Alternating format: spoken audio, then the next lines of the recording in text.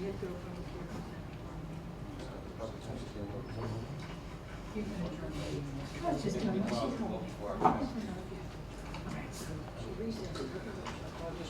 afternoon. The first policy, there's 3 on your agenda for today. These are just workshops, so they'll be coming back to you for final public hearings.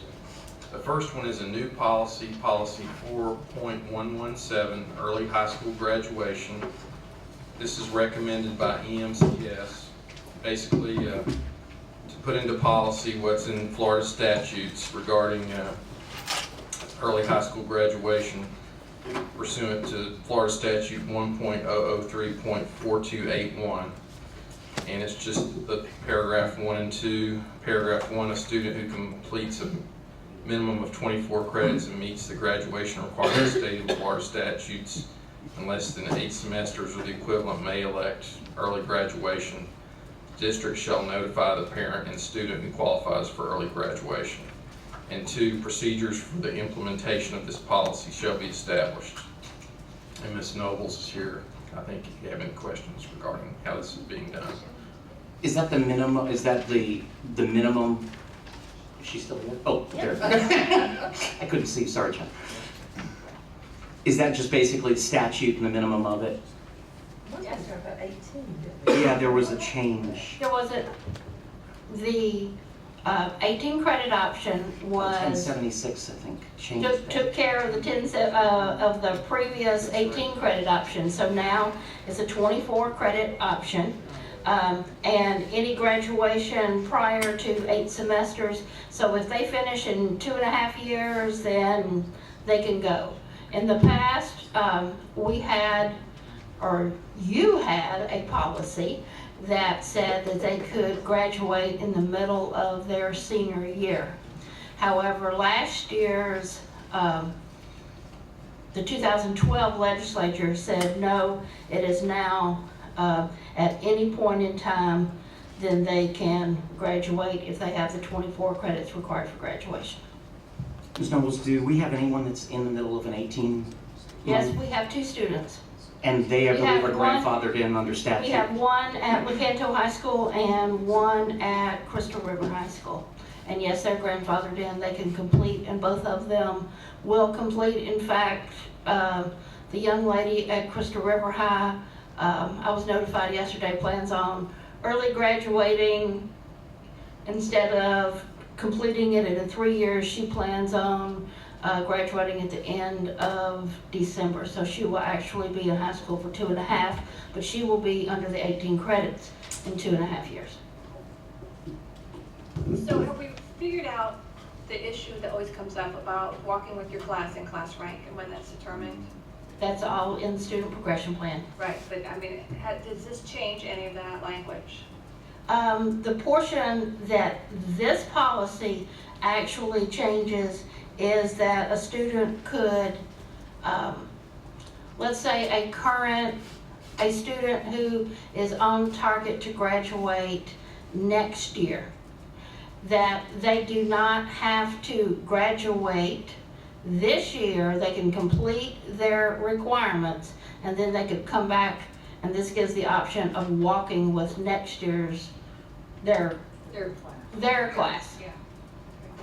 But that has a lot of other issues that kind of goes along with it, because if they want to go ahead and attend a school, they're going to need a transcript, and by graduating the following year, then it says that their awards and everything will be determined by GPA, and so you can't finish a transcript until next year. And then they put an academic hold on Exactly. And we take the blame for it. And do they get to go to prom? you. Register. Yeah, but they do get to go to prom and all of those things, yes. But truly, most students who are doing a early graduation to leave high school want to leave high school. And so then they're just happy to go ahead and get their diploma, walk and go. When they make that choice, they have plans. They have Ms. plans and Balfour, they're ready you to want go. to- Why, yes, yes it is. They do. If they make that choice, they have a purpose for that choice, and they are either military bound or they've got a college in mind. They just want the next step to happen, and that's the best service that we can give them, is the opportunity to do what they need to do. Exactly. All right. Thank you, Ms. Nobles, we appreciate it. The next ones are basically on the same subject matter, and they're revisions. The first one being 6.37, suspension and dismissal, and the corresponding, Chuck, wasn't this, the only change here was the administrative code? yes. The only change is the reference to the administrative code, and the same is true for 6.371, superintendent authority for suspension without pay.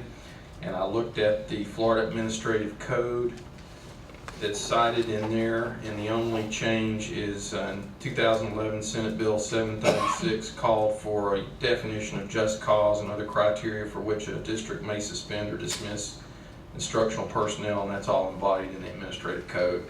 So there's no change in the policy except the code change, so there's a reference change in both policies.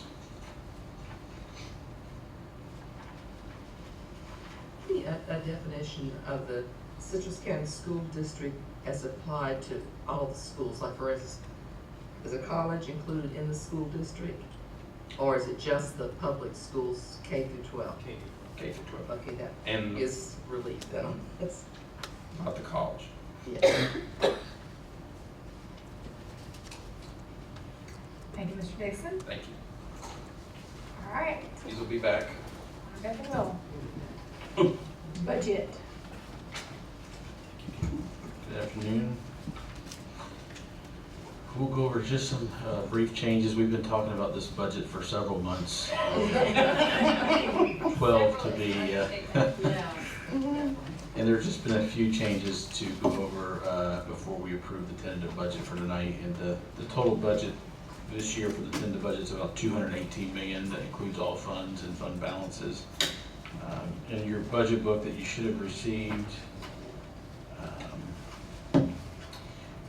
we did give you a little overview in the opening memo to the budget that reflects the $218 million budget, and some highlights for each of the funds. Can you just for, because I'm rarely that I catch a grammatical error. So either I missed it or missed the correctness, but it says on page 3, this budget reflects an overall decrease of approximately $13.8 million from the approved budget of September 2013. 12. Okay. I just wanted to make sure. I thought that, but then I thought maybe I got that. Hey, a blind squirrel even gets a nut now and again.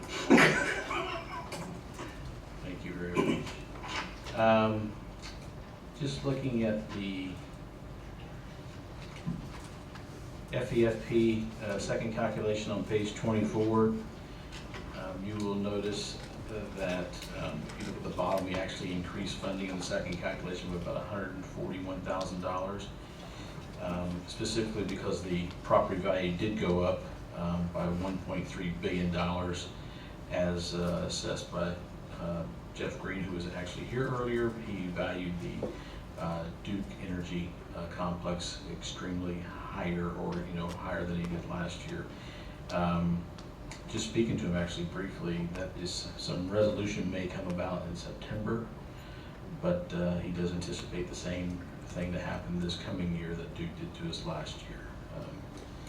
So we will get an update. I asked him for an update after his hearing in September to see where they're at in the lawsuit. One of the things of note, you'll see sparsity actually was reduced in the second calculation by a substantial amount, about $770,000, and that's all around the value of our property. The higher the school taxable value of the property, the lower in sparsity we get, because they claim we are a very rich county, and when Jeff Green actually increased that value substantially, that decreased our sparsity. So in the long run, if we have the same issue with Duke, we would actually get our RLE back from the state like we did this past year. We would lose the portion of the .748 that they don't pay. but then our sparsity would go up because they would decrease the value. So there's a little balancing act on how much money we would lose. I'm still asking DOE and still waiting for DOE to run that mock scenario if this happens, how this would affect us. I've been waiting for 2 months and I continue to wait, so. And I want y'all to know your buddy's been calling me and I'm gonna call him back tomorrow. Mr. Gould. Oh, About our, We still get every email he ever sends out. Yes, we do. Yes, we do. oh, I have some crush words, so whenever you want to bring that forward. Cindy, we Whether used this to- board supports them or not, I'm okay, I'll still say them.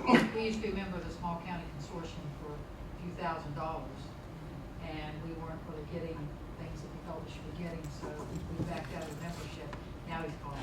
But We actually seen him in Tallahassee, and we overheard him saying that he needed to get Citrus County back in, so. yeah. Still trying. Okay, the next, page 37, the one that we all love to look at, the kind of the results of operations in the general fund. Kenny, just Yeah. on the FTFB. Yeah. On the local required effort. Yep. This year, I think it was 61% to 39% roughly, local versus state. Last year, it was closer to 50-50, only because, if I recall, because of the Duke situation, and we had to go back to the state for those funds. Typically, though, for the last number of years, it's been about the 60-40-ish range. Around there, yeah, Yeah, roundabout. ballpark plus or minus. But in previous years, and maybe even before, you and others, am I not correct that it was closer to a reverse of that? It was, Was. yeah, Pat and I were around earlier, it was like 45% local, 55% state. That was what I thought. And the last few years, it's almost totally reversed it, And I make that point because not only have we again lost that state funding, but that burden has continued to be pushed onto the local ad valorem tax dollars through property taxes. And they have still only allowed us to make that up through property tax. And they do not give us an opportunity to even have a sales tax option for general funds. So, Sales tax is only for. not that I have any feelings about it. I think someone wrote into the paper a letter saying that, well, why doesn't the school board go for sales tax? And there was a reply written to them that can't do it. Yeah, it's only for capital projects absent sales tax. And you have to identify that project when you go out to the ballot. So that the fund balance sheet on page 37, if you look at the far column, the FY 2014 tentative budget, you'll notice that we pretty much have a balanced budget for next year that we're bringing forth to you in the tentative budget. We're very happy that we've been able to do this. And you see we do have some reserves for restricted, non-spendable, and assigned of about 3.2 million. So your undesignated fund balance at the end of the year tentatively would be approximately $4 million, or about 3.7%. So we're very happy about that. We do have more work to do within this month of August before we come back for the September final budget. We do want to try to identify some funds to be able to put aside for reserves for anything to do with Duke or FTE shortfall. Currently, our FTE count is down from forecast, which is what we forecasted through the first and second calculation. Probably down about 300 kids, and mainly at elementary. Middle school is a little bit over, and high school is a little over. We're monitoring it every day with Mr. Mullen, looking at those kindergartners especially. They're not coming in like we had expected. So at last week, we were 400 and something, but we do anticipate some kindergartners to come in. They always do that first week of school. But we're hoping that we can be, around the 250, 300 mark under the forecast right now. But we continue to hope that we're going to get more kids enrolled. Mr. Mullen, I know you kind of had tried to hold as long as you could before you kind of released some of those positions. Did we have to end up releasing several of those to get those hired? Only one that we have released. Okay. We meet every morning.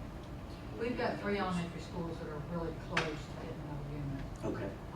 Some are, and a couple of them are kindergarten, but one of them I think is 4th grade today or something, so. And we visited Citrus High today, and they said they were registering a lot of kids, so hopefully next couple of weeks, our signs will put It that changes we're open. literally. I was just gonna say vacancy signs. Every hour it's changing.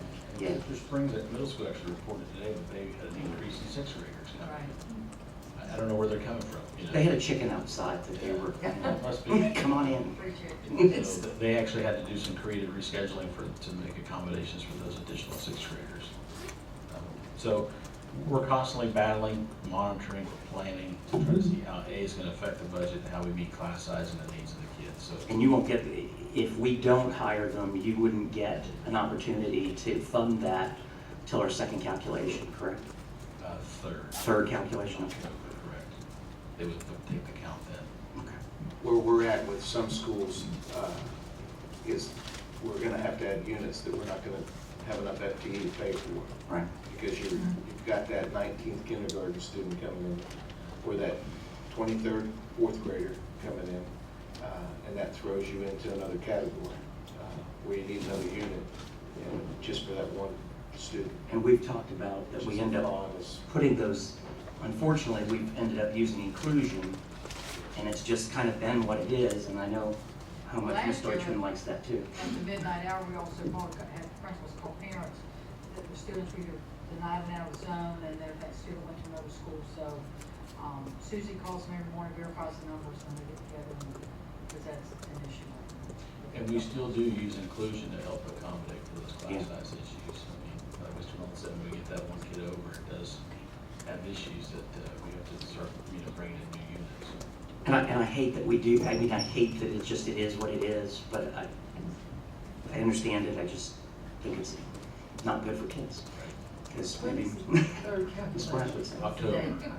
I don't know the FTE week, it's usually like the second or third week of October. October 10th, Yeah, second week. So that's that whole week, and they recalculate them. Usually in December, we actually get the recalculation of the third count from DOE. And that's typically when they did recalculate us for the Duke Energy non-payment as well. The next page, page 38, is kind of the graph that goes through and shows us the unrestricted and the restricted fund balance, where it's been, where it's going, and I can't say where it's headed, but I'm hoping it's starting to head back up. But it just gives us kind of a graphical illustration of that fund balance. Try to meet the demand that Ms. Bryant puts on me for That's the right. fund balance. To do that.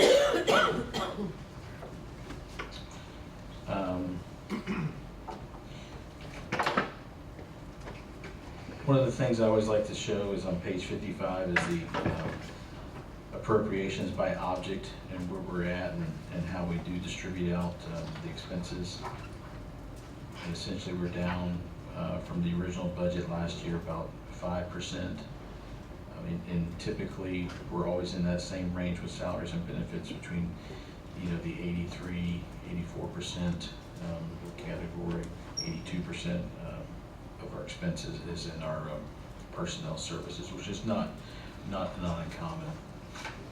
Then the next page, you can see every object in the 1000 series, breaks it down by administration, classroom teachers, other certified instructional aides, et cetera, others, and board members. So you can see how that breaks down. Mr. Bullock, if you could just go back one Yep. to page 53. In account number 7100, which is school board, Yep. I know because you're just starting to talk about some of those numbers on the other page. It shows our budget of 590. And I know that that includes a lot of things, because occasionally we get asked that question of where that number is, or I know at least I do. So what is in there? Because there's a lot of different things in that number. Salaries, fringes, unemployment compensation is a big one that, for whatever reason, rolls into that function of 7100. Unemployment goes for the The district? whole district. Okay. And that is the Wow. big number that goes in there. Okay, why does it go under school board? Is there any? The red book says, Oh, it is. any that. other Okay. explanations? Right. It's- Mm. Okay. Is it property insurance? Property insurance. Property insurance. Yeah. And also the school board attorney. You see, I thought that, yeah. Now we know. But property insurance that's the other big number that's in there. Thank you. We own Because we, yeah. Yes. Yes. We do own property. On page 57, the breakdown of the fringe benefits,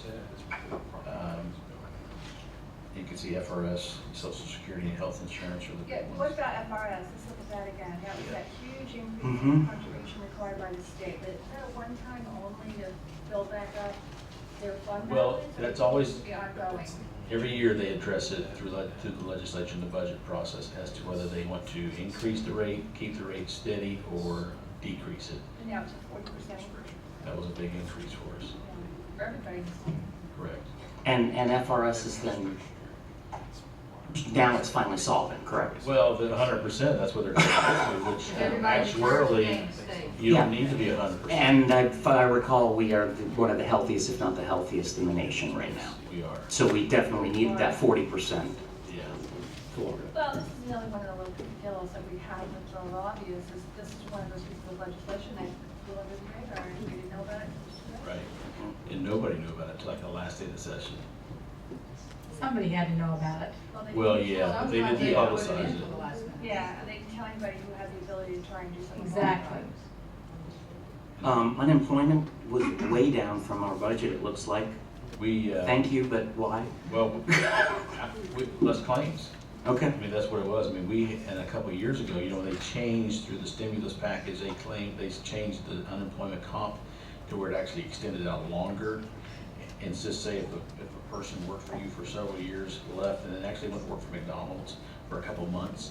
When they left McDonald's, they only had to pay for a couple of months, and it came back to us to pay for the next, 18 or whatever. So we got hit with huge amounts of money that we didn't even know who we were paying on because they were employees we had years ago.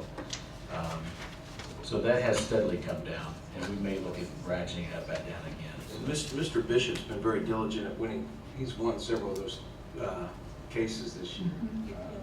And so he has Excellent. been very diligent in battle. No. Well, I've been in hearings that a substitute would apply for unemployment during the summertime and they would be granted it. Then you have to have a hearing to try to defend why they shouldn't get unemployment. Because there's no expectation to work during the summertime. There's no expectation as a substitute to even work. But they would actually file for unemployment. And what happens is they get the money and then you have to take them to a hearing to get it back from them. So, and you never know how they rule until months later. They won't tell you. Crazy. until- That's crazy. It's a telephonic hearing, that's not a Yep. big deal. Also, but was a doubling of the federal unemployment tax. We're still dealing with that. That was for the employee. But no, it's a federal unemployment tax that we pay. Oh, I'm sorry, I'm taking FICA. Yeah, no, 940. Right. That it's gonna double, it's gonna be double again for 2013, payable January of 2014. So that would probably influence. Do Merry we have money Christmas. set aside for that? Well, we have our fringe rate that we pay actually into the state of Florida. And Right. they manage it for the food and the Okay. SUDA. Yeah. Page 72, I know Mr. Kennedy, you'd okay. like to look at this one? Yeah, but before we get to Oh. that, on page 60, I want to give some kudos. I don't recall this being quite this Oh, yes. clean. I So meant to go over this. I was going to say, I really appreciate this. This shows that in the last 5 years, the district has saved $2.6+ million in energy efficiency. And I just got to give kudos to Mr. Calisante, Mr. Billings, the whole HVAC department, and our staff and students who go in when I go into a restroom and the light's off, including in this district here. I mean, all of those changes have been dramatic. I mean, if you look at just at roughly almost over 500,000 a year average, is that not equal to anywhere from 10 to 15 staff members? I mean, that's to me a really significant difference. And that is about really just us being a family and taking care of our own. And Mr. Billings has done an excellent job. And I'd like to just say that this has all been done without the use of a consultant. This has been done with our own staff, Right. looking And into they this. still call. They do. They Go- still call. Yeah, we get emails too from them. We do. That's like, This is And it all merely, started by removing the refrigerator. It did? I remember that, John. Well, and I hope the staff, I hope the principals at each site share this with the staff, because they're the ones that had to have their nest altered by having those microwaves and those little mini fridges removed. Yep. And I They think. had a whole kitchen. And the problem was I was in that kitchen. the refrigerators that seemed to show up at the schools were the 25-year-old refrigerators they were getting rid of because I bought a new one at home, so they were. Which are even so more, right. so energy You efficient. are so right. So we are very proud of this, and thank you for pointing it out, I meant to go over it with you. And now, actually, Mr. Billings is starting to work on cycle times for our air Saw conditioning that. units. And, you know, when's the best time for them to cycle, how long, what duration, what time of the day, when they're drawing kilowatts. So he's really looking into this to help us continue to save more and more. Very good. So, and you know, kilowatts have been going up, and we've kind of, you know, the price of them, but we've been decreasing our usage, so we've actually saved double. And Mr. Walker, you're being modest, you were spearheading much of this. In fact, every time we go into a room, people say, turn off, can you say, turn off? Yes. No, there's still pictures, written Oh, cartoons with him and a little circle and a cross through it, but. You're very, very instrumental. But we do appreciate it. Yeah, thank At you. least, you know, 10 to 15 people who have their jobs saved every year appreciate it, so. On page 62, also a big reduction in a lot of stuff, but tell us about the textbook, almost 100% reduction in that appropriation. And that's just straight from the FEFP what they gave us. So when they reduced it, we reduced the budget. That's the allocation through the FEFP. Reduced by 100%. Reduced by, 98. Is that because we had the well, okay, let me 24 just, adoption the year before? We well, just- let me just correct me if I'm wrong, Tammy, that hasn't been allocated out. It's in reserve Yeah. now. Oh, Once okay. the, And it'll- I'm sorry, but it is Right. directly from the I was FEFP. thinking that- Yeah, yeah, they did do that. The city. We hold it till it goes out to Dr. Guinness, and he goes out to the schools and actually allocation. Okay, 3 minutes. No, I'll give you some. Water turn way back. Real quick, 72. I saw that, thank you. You can see Renaissance, we are bringing that cost down. We did do some staff reductions over there. So that expenditure per pupil is 14,000 as opposed to the 18 and 20,000 we were seeing last year. So we continue to work on that and continue to bring it down. I think we need to divide that number by 21 and allocate it to the schools that are using the Renaissance Center. What we need to do is also look at Homosassa and Floral City and build up that. Exactly. So we are working on that. And, you know, just, you say that, and there's one thing though with that is, because I know Mr. Bossy sometimes is always, I mean, I think he would get out there in a chicken suit saying, come to my school if he could help get students in there.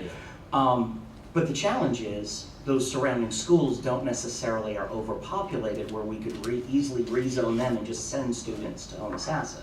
So much as we'd like, unfortunately, it's not like the other ones are overburdened. He is very cognizant of his population and trying to get people in there to build up the Yeah. FTE. One last thing, Ms. Bryant, before we go into the public hearing, the capital fund on page 137. Less capital dollars are transferred over in the 13 years, so we have more money in the capital budget. On top of that, we also have a higher property value, so we're seeing some more funding go through the capital line item. I'll probably look at that for the final budget and probably ratchet down some of our assumptions for property value increase. But one thing, nothing has changed as far as the appropriations from what we have spoken to you about in previous months. The one thing though I will propose a change in the final budget is adding dollars for the remodeling of the Christopher High School gym. That was a question I had here, And- it wasn't on. Right, it is not in here yet, but we're just getting the pricing in. The pricing, we're thinking the gym floor and removing or relocating the electrical panel boxes from inside the gym to outside. And maybe some roof work, we're not yet sure. I think the roof is probably fine, it's only about 10 years old. We're looking at about $350,000 to complete that. And that was my question, because we took out of the work plan, it shows Crystal River Phase 3, so with that gone, we have to deal with something there. We would remodel the gym. We're doing some painting in and out, doing some reflooring, but that would hopefully complete that, so. But we'll add that in for the final budget. On page 137 too, impact fees.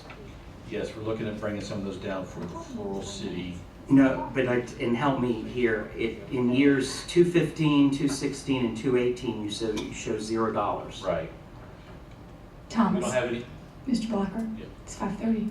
Well, we gotta finish the review of the budget before we can. He told me. can I answer the question real quick? Maybe that'll Yeah. satisfy. There's no impact fee related programs for those 2 years. So So there's then no that fourth funding. year, there would be, yes. Okay, so that doesn't reflect us receiving funds, thank you. I'm telling you, she's good, behind you, I just, So, Ms. Deutschman may have something, that was really the gym was my other questions. Okay, I just have one very quick question. Yep, sure. Dr. Getty, page 149. We're in the last year of our Dell lease, and then what? Then I believe next year we buy that lease out and then we live with those computers until we decide to do something else. Okay, so the plan right now is not to originally was to roll it over in 3 years and do a new lease? Yes, ma'am. Okay. that's correct. We kind of tabled that to meet the ones that wanted to shoot. And I think that even since the time we started that lease, I think we'd all agree from the tech world that so much is moving so fast to even look at doing that today, everything could be changed. The other one that you had on here was buses. Yes. Remember We suspended the purchase of those buses last. Right, year. and so I just ask here, you've got the buses that were purchased in '98.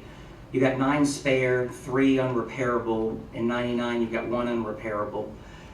If they're unrepairable, I know we've been good at auctioning them. We have been. Can we, and are we auctioning those? Are they Yeah, just in inventory still? Is that it? We try to auction if they're basically surplus. We try to auction them on our site. If we get no takers, Yeah, then then we we send take them them. to Tampa to the machinery auction. And is that, but I mean, so will those 4 be done then? Yeah, we usually, when do we start surplusing buses? After we buy some this year, I think we'll look at surplusing some for the following year. The 9 spares are the spare buses, particularly I'm thinking of '98 and '99. If they're spares, A lot of times these are for local field trips. okay, that's what I was wondering, how, in what purpose? Okay, Or if we have to pull a bus off to send it on a field trip, it'll do that, okay. Right. Buses have to go through certain services once a month. So when those buses come off, we'll also put a spare on mechanics doing the monthly service. And that way they're not getting that same demand and use, because they're, Okay, I'm going to call the public hearing on the tentative budget to order. The purpose of this meeting is to adopt the tentative millage rate and the tentative budget of the Citrus County School Board for the 2013-2014 fiscal year. This is an advertised public hearing. Public notice of this hearing appeared in the Citrus County Chronicle on July 27th, 2013. The tentative millage rate is required for local effort is 5.0650 mils and is an increase of 1.70% over the rollback rate. The tentative millage rate for discretionary is 2.2480 mils, which includes capital outlay. The total tentative millage rate is 7.3130 mils and is a decrease of 1.18% over the rollback rate. The tentative budget totals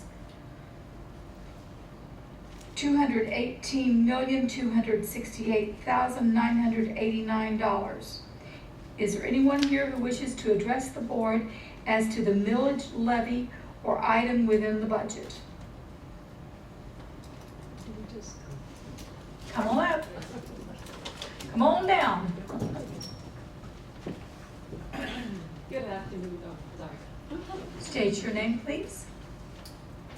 My name is Cheryl Phillips and I live in Crystal River, Florida. Do I have a 3-minute time limit? Like the BOCC is like, you I know, you think got 3 so. minutes. I think you do. Okay, I've been reviewing your budget summaries and I have a couple of questions regarding to it because of the financial situation that we're in.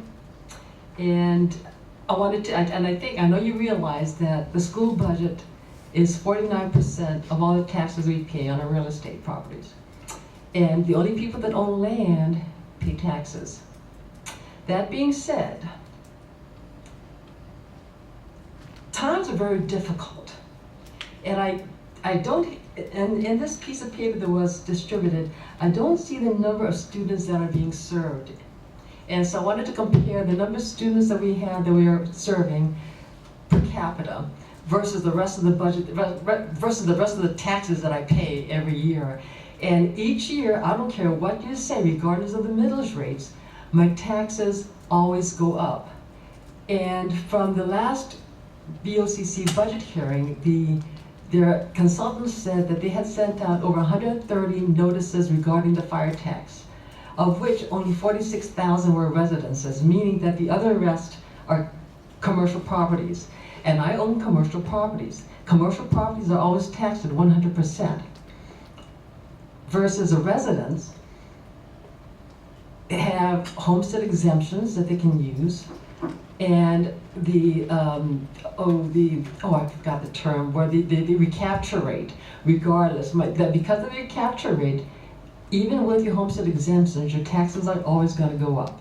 So I'm looking at your school budget, and I know that you've already cut back on the millage and tried to save us money, but looking at the capital outlay and all the things that are proposed, there are a lot of things that can be done without until times get better, because my friend Judy Baker, who's here, she's also going to speak in front of you, is going to explain to you that no matter where we go, no matter where we talk to, people are saying, if we have a way out of this county, we're going to go. If we have to lose a house, we're going to lose it. We cannot afford to live here anymore. And there's so many people who are at the retirement age who live on fixed incomes. For example, y'all know that I own a mobile home park on the Cantor Highway. Just that one blankety blank fire tax alone is going to cost me more than $4,000. That's not the ad valorem part. That is the MSBU part, along with the waste part. Then on top of that, we've got adding insult to injury. They're going to say, oh yes, but we're saving you on the MSTU portion. Well, it only saves me $77. But the fire tax is going to cost me about $4,000. Tell me, where's my savings? Yes, I agree that public safety is number one. As a member of Citrus 2020, we did do this monkey survey that asked everybody to participate to rank what their number one priorities were in the BOCC budget. The number one priority was public service. And they agreed, most people agreed that yes, they were willing to pay more for public safety, but to the extent that they were very cautious, saying, but we want to know how they spend the money on public safety because we don't agree how the money is being spent. All the other categories, the second thing that came in was that they thought were in the priority list was social services and then public sector. Regardless, nobody wanted to spend more money, and they felt that there are other ways that you, our elected officials, can save us money, because we're clipping coupons. We're shopping at Winn-Dixie so that we can get savings on our gasoline to fill our vehicles. We're trying to do everything because we know that number one, we've got to pay our tax, we've got to pay our mortgage, and then we've got to pay our taxes. Everything after that is your health insurance. And I don't know if many people were there when I did a BOCC presentation saying, I'm sorry guys, but my health insurance went up to $1,300 a month. Then I had to go back to Blue Cross and Blue Shield and said, okay, they'll give it me to $550 a month, this is in June, with a $10,000 deductible and a $1,000 deductible for my prescriptions. Well, just on Monday, I got a notice from Blue Cross Blue Shield saying, oops, because you're old, because you're sick, we're going to raise your insurance in September by another $100. This is from June. We cannot continue this way. There are many more people like me. So we're asking you to find ways to lower the millage rates, or to save some money, because the people who are supporting you cannot afford it anymore. And I believe there are less students today than there were last year and the year before. So I really would like you to think hard to protect people. And I'm surprised that not many people are here today. It's probably because they don't understand that we pay 49% of our taxes go to you, period, which represent a really small percentage of our population. And I know all of you know that I love children, and we support education as much as we possibly can in any old which way, and you can ask, and we do that. But we cannot support it with more money. I'm sorry. Thank you. Thank you. Ms. Phillips? Yes. Yes. Every year this comes up, and I think every year people are surprised to know that we do not set the millage rate, we adopt it. Our millage rate is Yes. set by the state, we can't change it. Is it, but my understanding is that it's just for the local portion, not the rest, not the, All of it. All of it. Except for the 1.5 now, are we down to 1.5 for our 1.5 capital? now. We had been at Capital. 2, and the state took away our ability to levy that additional 0.5. So our capital outlay, millage rate has been decreased the last 4 or 5 years. By the They state. took money away from us. We haven't increased that. We had a referendum, and it passed, and then the next time we had it on the referendum, it failed. So that was up to the citizens. We asked the citizens to tell us what they wanted to do with the tax rate. The rest of the tax rate, which is the majority of it, is set by the state of Florida because we're required to supply a certain percentage of money for our schools, and they supply the difference with sales tax and other revenue sources that the state has. But it's in Florida, it's set like this so that all school districts receive the same proportionate share of money. So that if you have a district that has much higher property values, like Collier County or Monroe County, those schools, we don't have rich schools, poor schools. They don't get more tax money than Citrus County. And those very poor counties like Lafayette and Franklin and some of those very small, have very small tax base, they get the majority of their money from the state. So their millage rates may vary from county to county based on the property value, but it is set by state statute and we have no ability to change it. so you're saying that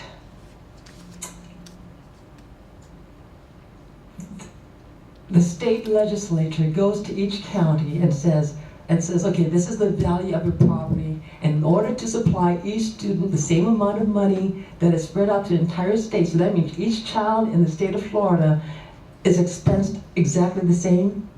Pretty much. Yeah, Yes. with the exception of a weighting system, Yeah. depending on if they have significant needs for ESE.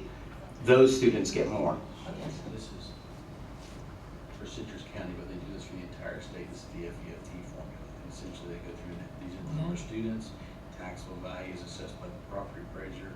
This is the millage rate that they assign to it, and then this is how they fund this, and they break down.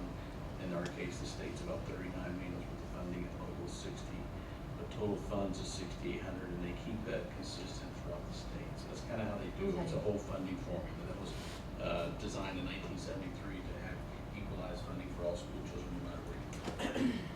And Mr. Blocker, between the last 4 to 5 years, I know even since I've been serving on this, we've gone from roughly 7,000, or can you give me that number of what the difference drop typically has been on that? I think we have a graph here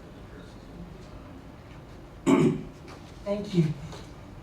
It's very difficult for people like me, only because it's so hard to pay these taxes. I mean, it's Yes, it is. incredible. This is the base student fund allocation. We used to be around 4,000, now we're down 37. But you can see we've had steady decreases over In the student last fund. couple of years, and then they finally started raising. This is the base student allocation for each child. That's what they pay initially for each child. They start weighting and everything. Okay, thank you. Thank you. And Ms. Phillips, I will Yes. tell you, someone who also purchases their own health insurance from Blue Cross Blue Shield, my birthday present from them every year Yes. is a big fat, Like 20%. increase. Oh, I would settle for 20%. Mine's usually been closer to 30%. And then I got adjusted recently as well because they could they could increase all classes. And I will tell you now, as a taxpayer, what I valued about this district is we are the largest private and public employer in the entire county. We have about 2,500 employees. We've self-insured, and the reason we have is because our costs per year are increasing, which a portion of that is paid by ad valorem taxpayers such as yourself, last year was 6% increase, I believe we had in our health insurance, 2%. And that's because of the self-insurance that we've done. Now, you and I know, at home, we've had to pay a lot more than that, but this district has tried to make sure that we were very effective in the dollars that we used when we had to provide those benefits to our staff members. And again, you pay a portion of that. Yes. So, bottom line is, regardless what the discussion is that we're running out of money. That's true. We hear you. We know that. We're with you. Thank you. But our school district's also running out of I money. so- know, and it's like being stuck between a rock and a hard place, because I love children, and we see so many good ones, and I've seen so many really, really bad ones, and we have such a huge aging population. I mean, you know, the business I'm in, and their social security, they're just stretching for dollars. I think we're because- the oldest county. Yes, we are, because the social security checks aren't catching up with the cost of living. You're right. So I'm at the point where I'm like a rock. You can't get any more blood out of me. I'm sorry. So thank you. You're welcome.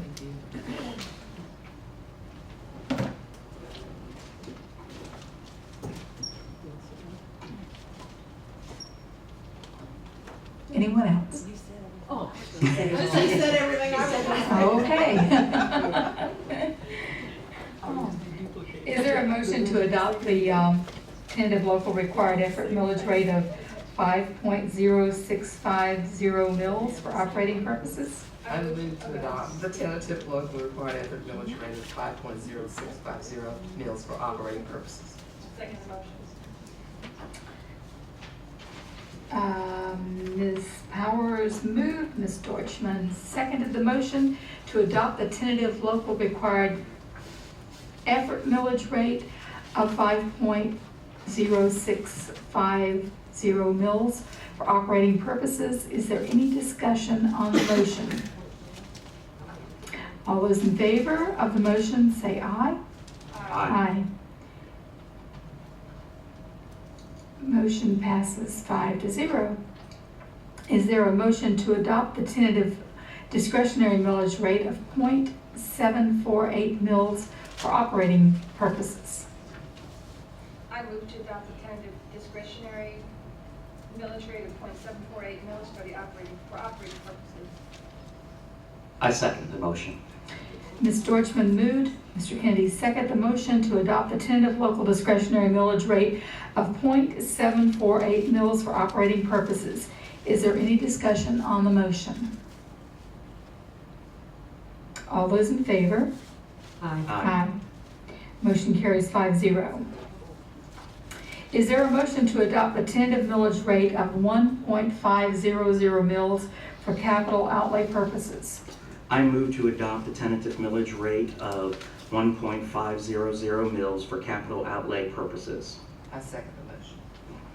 Mr. Kennedy moved, Ms. Powers seconded the motion to adopt the tentative millage rate of 1.500 mils for capital outlay purposes.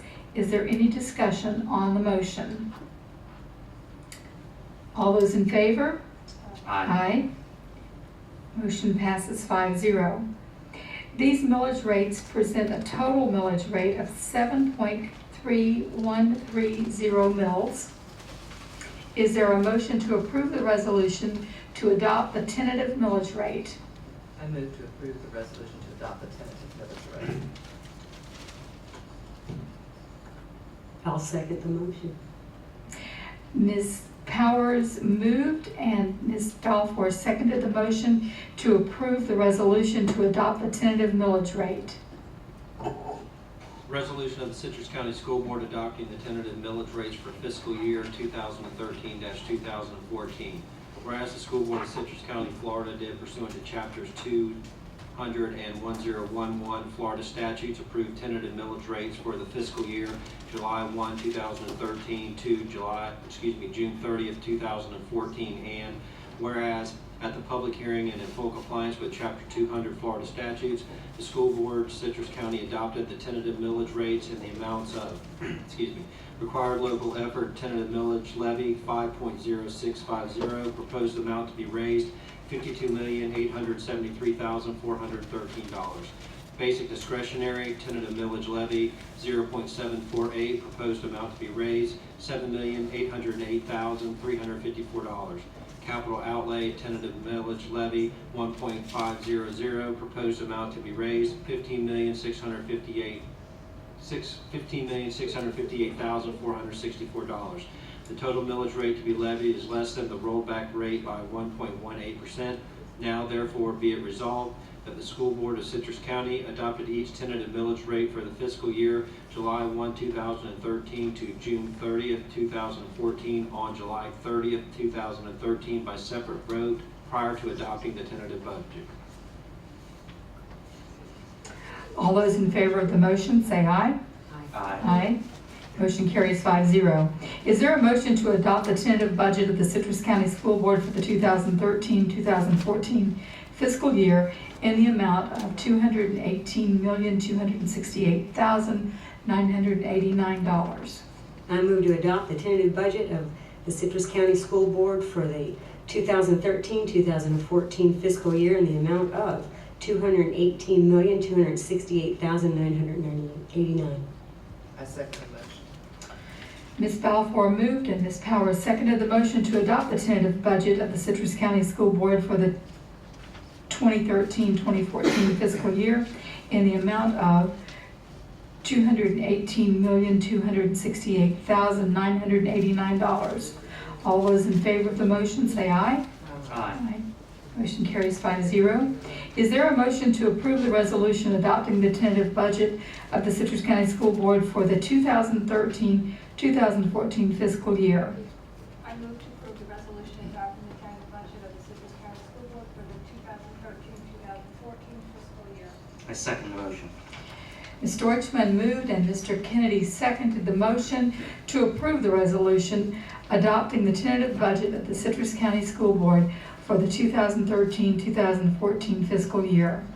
A resolution of the Citrus County School Board adopting the tentative budget for fiscal year 2013-2014. Whereas the School Board of Citrus County, Florida did pursuant to chapters 200 and 1011 Florida statutes approve tentative millage rates and a tentative budget for the fiscal year July 1, 2013 to June 30, 2014. And whereas the School Board of Citrus County set forth the appropriations and revenue estimates for fiscal year 2013-2014, and whereas at the public hearing and in full compliance with Chapter 200 Florida statutes, the School Board of Citrus County adopted the tentative millage rates in the budget in the amount of $218,268,989 for fiscal year 2013-2014. Now therefore be it resolved that the attached budget of the School Board of Citrus County, including the millage rates as set forth therein, is hereby adopted by the School Board of Citrus County as a tentative budget for the categories indicated for the fiscal year of July 1, 2013 to June 30, 2014. All those in favor of the motion say aye. Aye. Is there a motion to adopt the tentative budget as the current operating budget until a final budget is adopted? I move to adopt the tentative budget as the current budget until the final budget is adopted. I second the motion.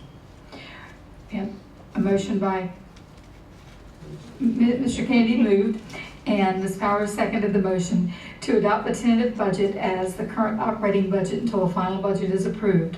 All those in favor of the motion say aye. Aye. Motion carries 5-0. A final budget hearing is scheduled for Tuesday, September 10th, 2013 at 5:30 p.m. at the Citrus County School Board District Services Center located at 1007 West Main Street on State Road 44, Inverness, Florida. We will adjourn the public hearing. Okay. I've got to go back to board members and committee reports. I was supposed to have given you, I'll adjourn the workshop and go back to and reopen the meeting. That's what I'm doing. I was supposed to have given you I haven't. resumes. You do not have it. Oh, yeah, I'm sorry. There's something different, I thought. From Ms. Stanley. Thank you. Thank you, thank you. I knew I had it here somewhere. It was just lost in this pile. And I think that's all I'm supposed to do, except say to Ms. Balfour, welcome. I appreciate that. You've got a good board to work with here. I know I do, thank you. And I want to do good. Whoever put this at my seat, thank you. Hmm. Anybody else? Ms. Campbell, you got anything? Sounds good to go. All right, Ms. Deutschman? Yeah, I think we should review our SAEC That's what I had assignment. ready. Oh, okay. That's what I had. What I did was I gave Ms. Balfour, Ms. Hales. Well, we change them every year or every 2 years, and I think it's time to change.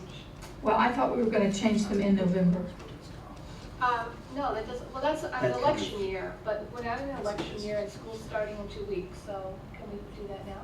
Or We could. make suggestions for the next meeting? Hold on. While y'all are looking at those real quick, I will tell you, school grades, all those wonderful things that we just received. School grades came in?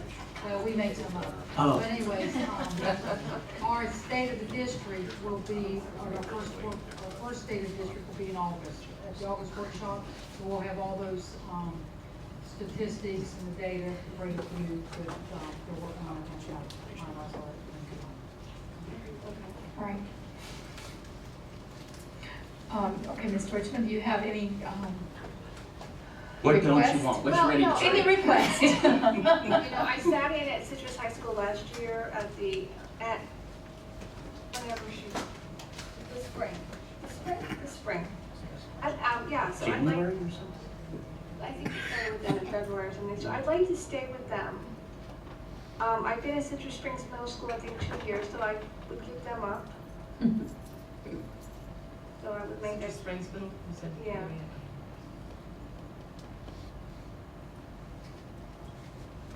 that would be my request. Okay. Ms. Balfour, will you trade Citrus High School for Citrus Springs Middle? Sure. Thank you. Anybody else got any requests? Well, I tell you, I would like to be able to follow up with some initiatives with the academy because of some transitions that they're having. I know that that's not on here, but I know Mr. Kennedy has been. Yeah, well, I don't think, we ever had we've never had one on. Last year, we kind of had me step in. Yeah, because we needed somebody. Do we have somebody that's on there? And I'm looking at Mr. Simon. Okay. Welcome aboard. Because he wants Thank you. support. Okay, so If you notice that he comes in behind you. So yeah, and then I was going to say I'm good at keeping. I'd like to keep particularly Cypress Creek and Inverness Middle, but I'm either good to keep the rest, or if somebody has something they want the other three, they're welcome to have them. And I want the opportunity to have some insight into each one. So whatever takes place this year, I welcome the opportunity for a rotation. So I'm thrilled with whatever you guys settle on. Citrus Springs Middle's a great start for me. The Academy's a great start. I'm excited to be a part of any one of these schools. So you tell me what you would like for me to do. I'm a team player. thank you. Mr. Kennedy, are you good with everything now? Yeah, I'm fine. I'd like Ms. to Powers? take, Crystal River High School. You want to take Crystal River High School from me? You want me to You're take brave, Lecanto Ms. High School Powers. from you? You want me to take Lecanto High School from you? That would be great, yeah. I'll do that. I tell you what I would like, if there's any way at all I could still have some insight representing elementary, middle, and high. We don't all have that ability. We don't only all have have 3 that. high schools. So Yeah, because we it's only fine, got you guys 3. follow I haven't it. had a high school You yet. guys talk first on, well, I'm gonna play out with the academy then as far as having insight into the high school world. I got the And gym. then I've got the middle school. That's my high school. And what elementary school am I gonna get to keep, or what am I looking at here? Can I keep You've got Rock Crystal Crusher? River Primary and Rock Crusher Elementary. Okay, so and that's 6, are we agreeing? And then you've also got Okay, Citrus Springs Middle And Crystal River Middle. okay, and so I've Crystal got, River Middle. great. Is there anything there that you'd like to get rid of? 4, 5, that gives me 5. Somebody already took 2 of them are your Citrus old schools. High. I think that's what's fun. Yeah. 3 of them, actually. I was at Rock Crusher. That's what I was thinking. Oh, I was thinking, oh, I didn't realize. Oh, the academy, I'm thinking, I was thinking. Yeah, I got me a little bit. That you would? And what did you get?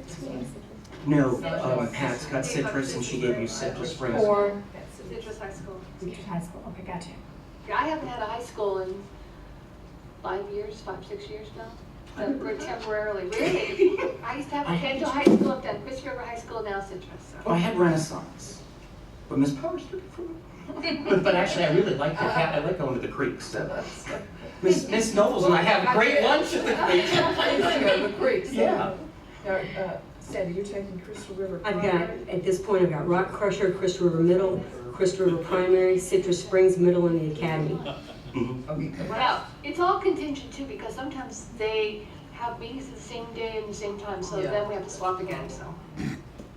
Yeah, Wait to see and when their scheduled they'll- meetings are. Linda, will we be doing that again or getting with the schedules so that we can kind of, I think last year we had a We'll master. email this out to the principals tomorrow. Yeah. Okay, and then we'll make sure they follow. Well, they haven't set their date or time until they release their first And meeting. Ginger, let me mention, I did last year for Crystal River Primary, for some reason, I covered it, so. That was from Ms. Hale. From Ms. Hale. Maybe that From was- Ms. Hale. Yeah. I had Rock Crusher. I know what you're talking Okay, about. well, that's what we did, I right. know. Yeah, and I had So- Crystal River Middle at the time. Sandy, are you, still wanting Crystal River, Primary, or do you want me to? Or do you want to switch one? I'm fine. I've got Rock Crusher Elementary, Crystal River Primary, Crystal River Middle School, Citrus Springs Middle School, and the Academy. Okay, then So you're there's five. good with that. Yeah, that's fine. Okay. Great. So is the responsibility for coordinating advisory council, sits with the chair, and in the chair sits Mr. Hebert. It's like the duty. Oh, there he is. Basically the chair. So Mr. Hebert. Yes. Do you want to be my partner in crime on planning for training this year? Would love to. Okay, so now I need you to be my pest, because I need to be pestered, Okay. okay? I can Please do, pass. because we really, that training It's is, fun. and it's vital. It really is. If we're gonna keep, and I believe we should continue to keep enhancement councils growing and being relevant to the times. Ms. Deutschman, you know, I was one of those parents that sat in those trainings and see, it's your fault. I told you that. And so, but please do, because those are so we'll look at valuable. sometime maybe in October, something like that. Okay. I don't remember what we did last year. I know. There was good conversation that came out of that. TRC. Well, I know that, TRC. and I forget what the nature of our workshops were, something. We had some roundtable discussions and some, Right. yeah. It was right around Right. Halloween, reviewed the Yeah. rules, and then we did have a little breakout activity. Right, and discussion, open discussion and that sort of thing. And if you need, you know, I certainly as a board member, I'm sure the others, we're happy to help you in whatever way Yes, at we night will. that you need us to. You all came in and helped facilitate. It's Yeah. fine. And being aware that there's no budget for the SAECs anymore. That's gonna be something. They still have their contingent unless Mr. Blocker's taken them from them. He did balance the budget. I was gonna say, I know you balanced the budget, but is there still SAC funds? No. No. The previous, their previous funds. No, but wait a minute, folks. Hang on. Don't you remember that we got the money that was left over from the school recognition funds? Well, look at how much money we're not going to get in school recognition funds now because of the stupid school grades. So Maybe you that's think the there's plan. going to be more money? I don't think so. But just in case. Maybe that was another plan of the state, Think? that they always said they How would many get rid of those hundreds dollars of because millions it's of political. dollars? Mhm. So Absolutely. this is their way to get rid of it. Yeah, many people have said that too. They're really- Absolutely. And I, you know how I feel about advisory councils. I am such a proponent of them. I'm such a believer that is a place when I hear parents say we don't have a say, or community members, then they have clearly not gone to an advisory council where they are involved in school rules, school curriculum. But if they are going to be relevant, there has to be then a budget that they are provided.